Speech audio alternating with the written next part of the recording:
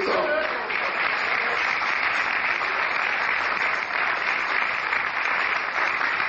You owe nothing to Koreans. You know of nothing to Indians from India. I remember Dr. Clark saying, what? We as people don't owe anybody nothing but what?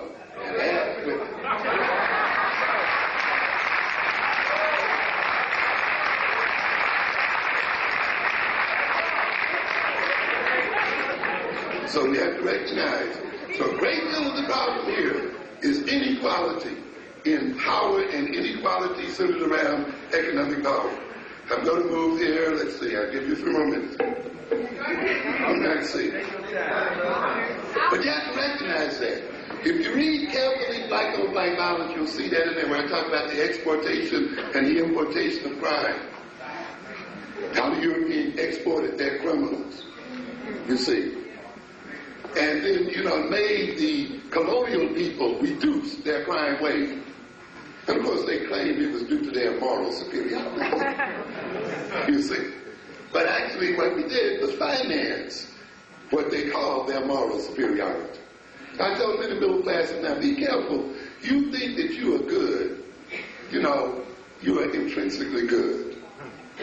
You're only good because you can afford to be good. Thank you. Yeah. The true test of your goodness and morality is when all of your money is gone.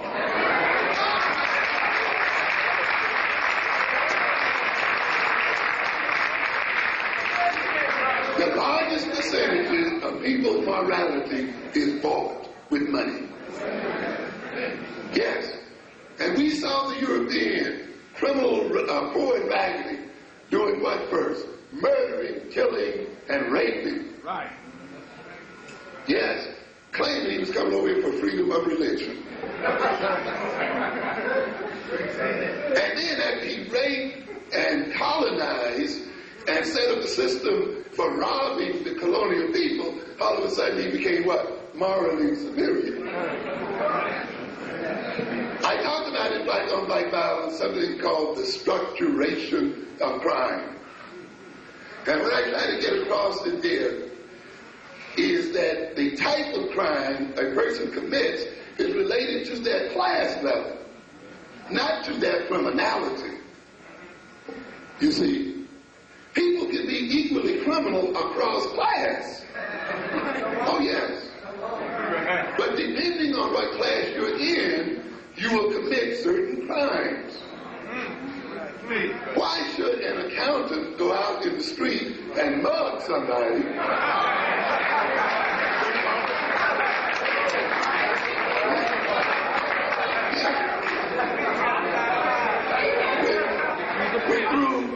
When through embezzlement, he can steal $100,000. Yeah. So the type of crime that he will commit is related to his class and professional level. He's still a criminal, but his skills and knowledge and so forth allows him to commit a different what? Sort of crime.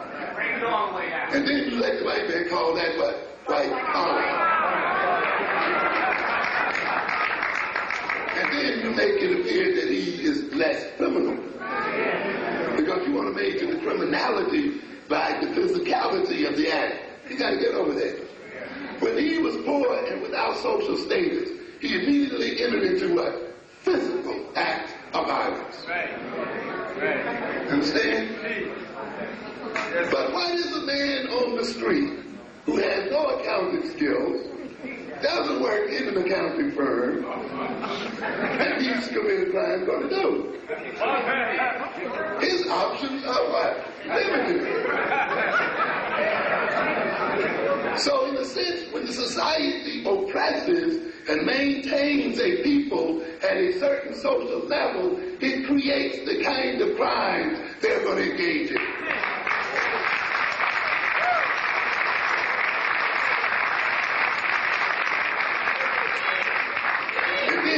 To run some kind of stupid psychology talking about a criminal personality. Yeah. Want to move out of crime? Move out. Increase your wealth. Increase your power. You can commit a different type of crime there. You know, that's what goes on anyway. Let's be honest about it. You know, this is what it's about. Yeah. It's just like these people, you know, talking about that they want black people to get rid of children. And yet we tell people, look, you know, it's interesting that the more money people make, the less children they have. So if you want black people to have fewer children, what do? Make more money. That's the way you do it. But no, the society said we're not going to let you rise to that position. And we want you to kill your children as a part of the bargain. Yeah, this is what it does. And it asks them, instead of transforming itself, increasing opportunities, open the gate, it asks that black people engage in self-annihilation. But it would be covered over with a lot of nonsense. Okay, I'm going to, 13 minutes here, I'll be through. So remember the structuration of crime.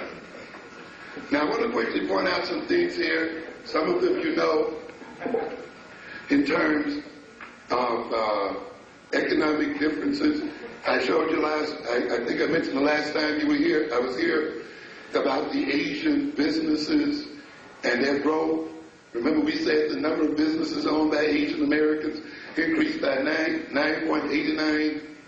That is 989% between 1982 and 1987.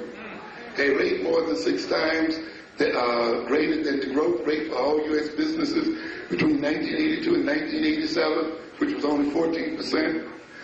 The growth rate compares to 80% for Latino, 57% for women, and 38% for African American owned businesses.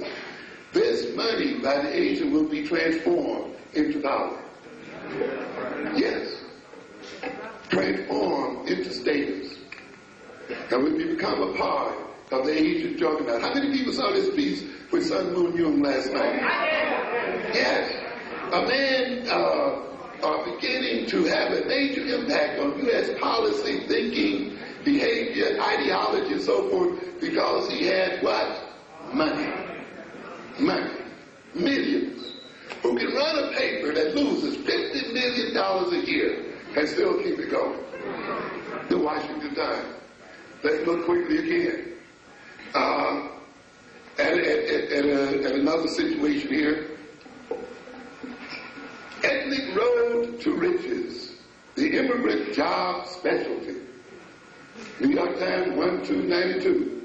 When Parmjit Singh left his job as a mechanic on a Greek ship in 1981, he settled in New York City instead of returning to the family farm in India. After working 3 years as a busboy and a cook in a Greek restaurant, Mr. Singh met a fellow Punjabi who owned a gas station in the city. He taught me how to run a station, the 32-year-old Indian recalled. It's very hard work, but it's easy to run. To order gas, to clean, to keep the books.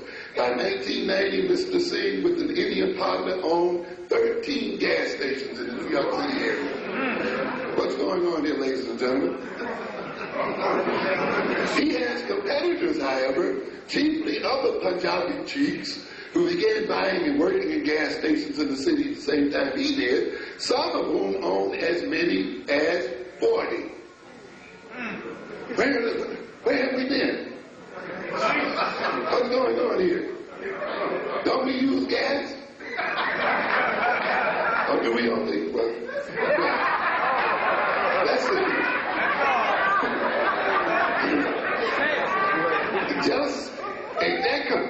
Just a decade ago, gas station ownership usually mirrored the ethnic makeup of the surrounding neighborhood.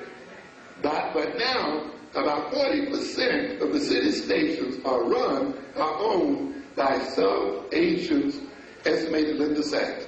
40% of the stations. And what do they attribute to this?